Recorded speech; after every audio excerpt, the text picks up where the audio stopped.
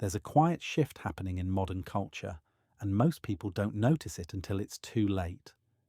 A generation of women growing older, but never growing up. And it doesn't start in adulthood. It starts in childhood. Because for decades, girls have been raised inside a system that treats them like porcelain, beautiful, delicate, fragile, and incapable of handling real pressure without breaking. While boys are told from the beginning that the world won't care about their feelings, many girls are told the exact opposite. You're perfect the way you are. You don't need to change. Everything you feel is valid. It sounds supportive, but it's actually a trap, because when you tell a child they're perfect, you're not encouraging confidence.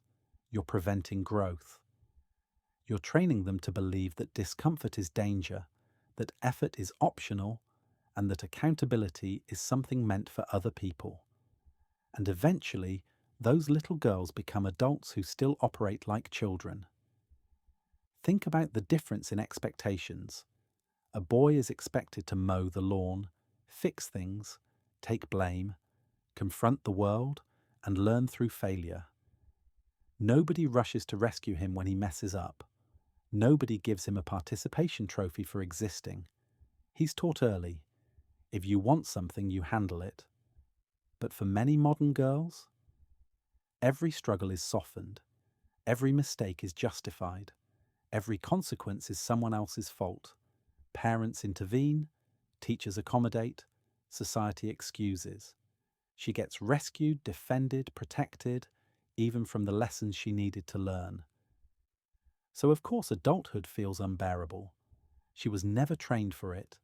Suddenly she's 25 or 30 or 35, and life starts demanding things she was never required to develop: discipline, responsibility, emotional control, problem solving, sacrifice. These aren't skills that magically appear with age. They're habits built through struggle, habits she was insulated from. And here's the part nobody wants to admit. When you raise someone to believe the world will always bend for them, they panic the moment life stops bending. That's why so many modern women collapse under normal adult pressures: paying bills, managing stress, handling rejection, maintaining relationships.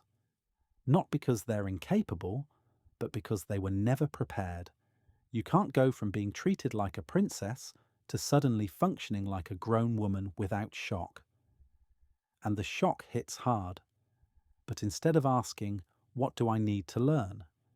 they fall back on the only identity they've ever known: the child who must be protected, the victim who needs rescuing, the girl who never had to grow up. This is the hidden foundation beneath so many modern struggles. It's not about intelligence. It's not about gender. It's about conditioning. You can't expect maturity from someone who was never given the chance to build it. And this, right here, is where the refusal to grow up truly begins. Not in adulthood, but in a childhood where growth was replaced with comfort, and responsibility was replaced with validation. There's a reason so many modern women refuse to grow up, and it's not genetics, intelligence, or ability. It's validation. Not just wanting validation, but needing it the way a child needs reassurance after skinning their knee. Because modern culture didn't just remove consequences, it replaced consequences with applause. Today, a woman doesn't have to solve her problems. She just has to broadcast them. A crying selfie, a shaky video in the car, a dramatic rant on TikTok, a meltdown on Instagram Live. And instantly, like magic, she's flooded with, "You're so strong. You're a queen. You're doing your best. You're validated." It feels comforting in the moment, but it is poison long term, because validation creates an illusion of growth, while actually preventing any growth at all. Why learn to regulate your emotions when falling apart gets more attention? Why build resilience when public meltdowns generate sympathy? Why take accountability when the internet will always find someone else to blame? Modern social media didn't just encourage emotional immaturity, it rewarded it, it monetized it, it turned it into a personality. Every breakdown becomes content, every inconvenience becomes a crisis, every minor struggle becomes a performance. And the worst part, the more dramatic the meltdown, the more views, support, and attention it gets. That's the trap, because attention feels like love, validation feels like growth, but neither require maturity. Imagine being raised in a world where emotional instability is not corrected, but celebrated, where the more fragile you are, the more praise you receive, where crying publicly is seen as bravery, where accountability is framed as shaming, where self-improvement is optional, but emotional chaos goes viral. Now ask yourself, why would anyone grow up when staying immature brings more rewards? And this isn't just online. Friends reinforce it, co-workers reinforce it, modern empowerment culture reinforces it. A woman vents about her own bad decisions, and instead of being told the truth, she gets a chorus of, "You deserve better. He didn't appreciate you. It's not your fault. Cut off anything that challenges your peace." But here's the harsh truth. Peace isn't built through avoidance.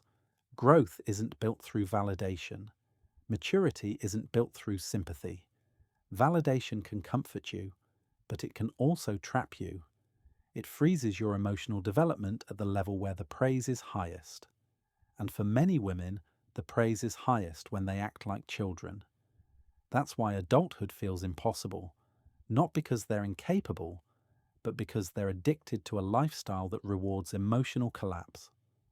When instant sympathy becomes your coping mechanism, personal growth becomes your enemy. And that's the core of the trap. Validation feels good. Growth feels hard. So validation wins. But what feels good in the moment slowly destroys you in the long run.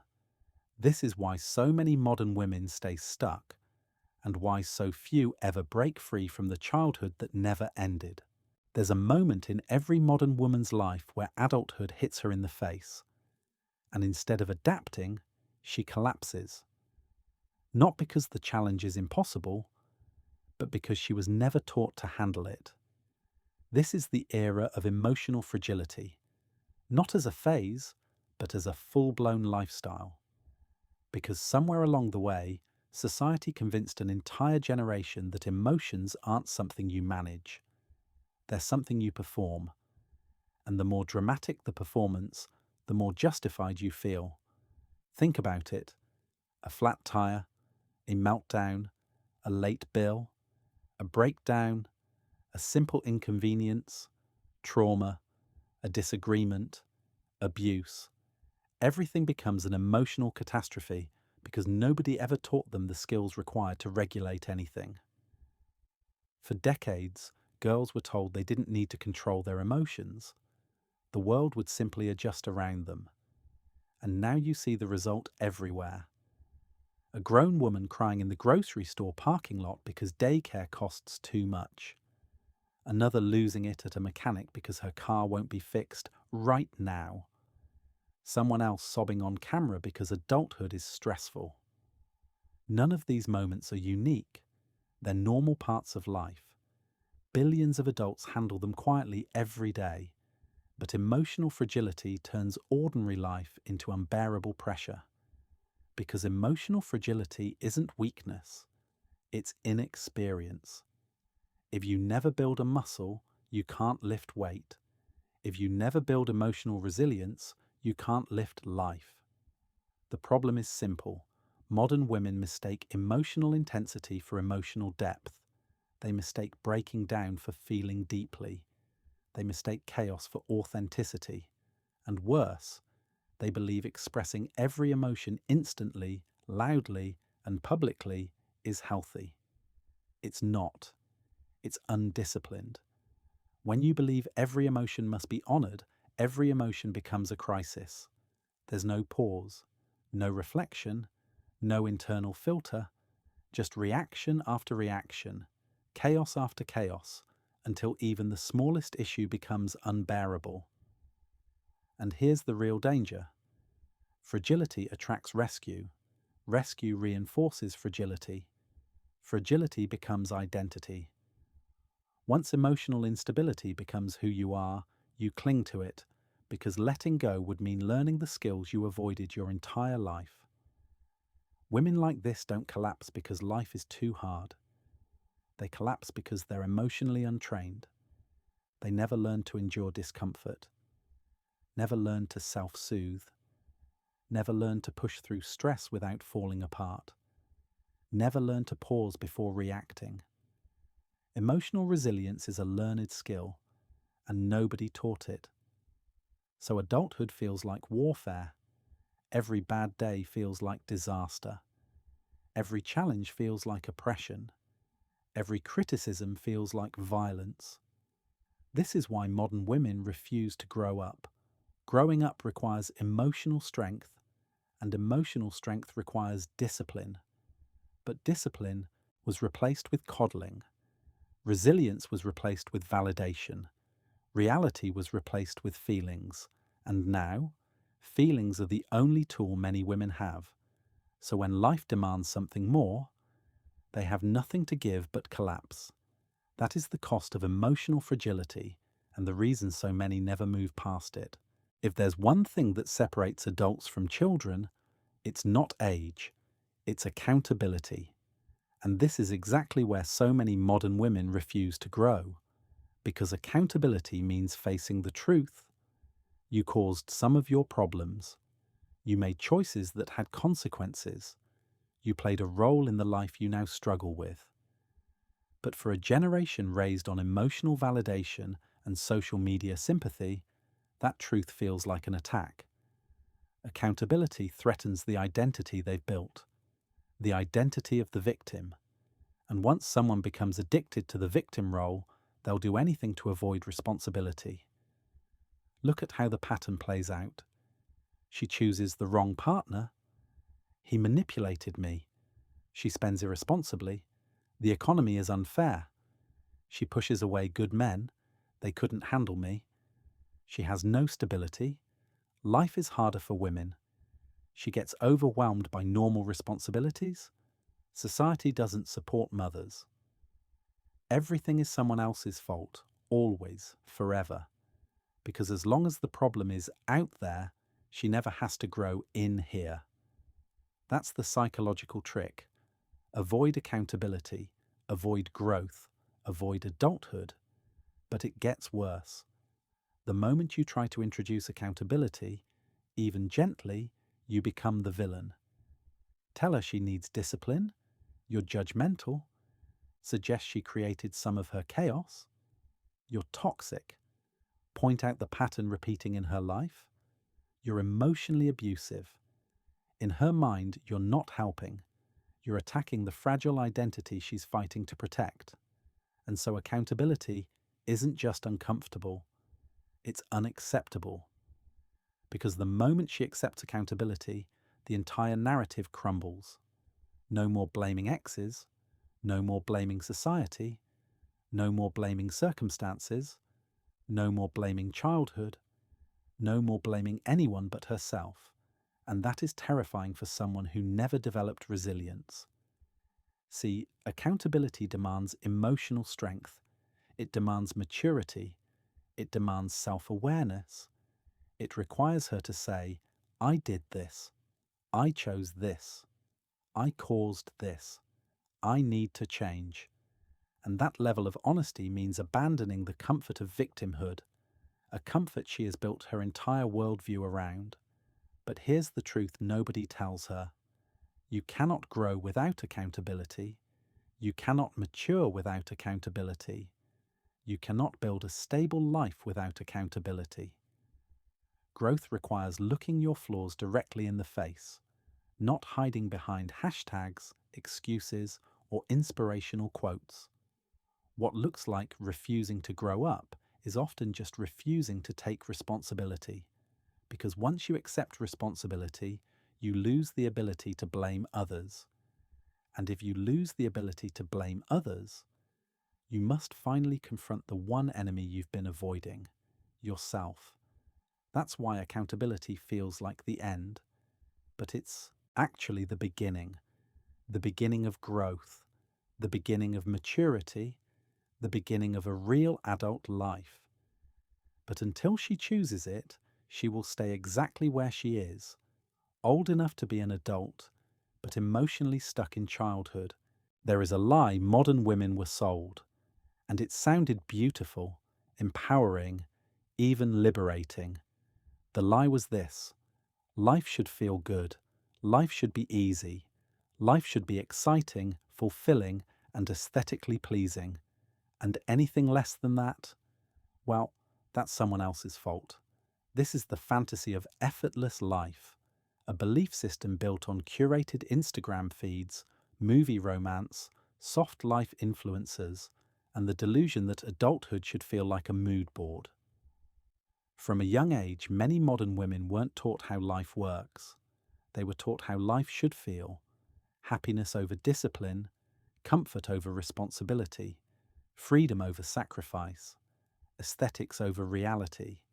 And when you build your worldview on feelings instead of effort, you naturally expect adulthood to be one long highlight reel. But the real world doesn't care about that fantasy, because real life is work. Real life requires competence, requires stress, requires sacrifice. Real life has bills, deadlines, consequences, pressure, decisions. Real life doesn't pause so you can find yourself. Real life doesn't bend because you're overwhelmed. Real life doesn't match your Pinterest board. And when the fantasy collides with reality, the crash is inevitable. Suddenly she discovers that independence isn't brunch and self-care. It's budgeting, planning, late nights, early mornings, and responsibility that never ends. Suddenly she realizes relationships aren't romantic montages. They're compromise, arguments, accountability, and emotional labor on both sides.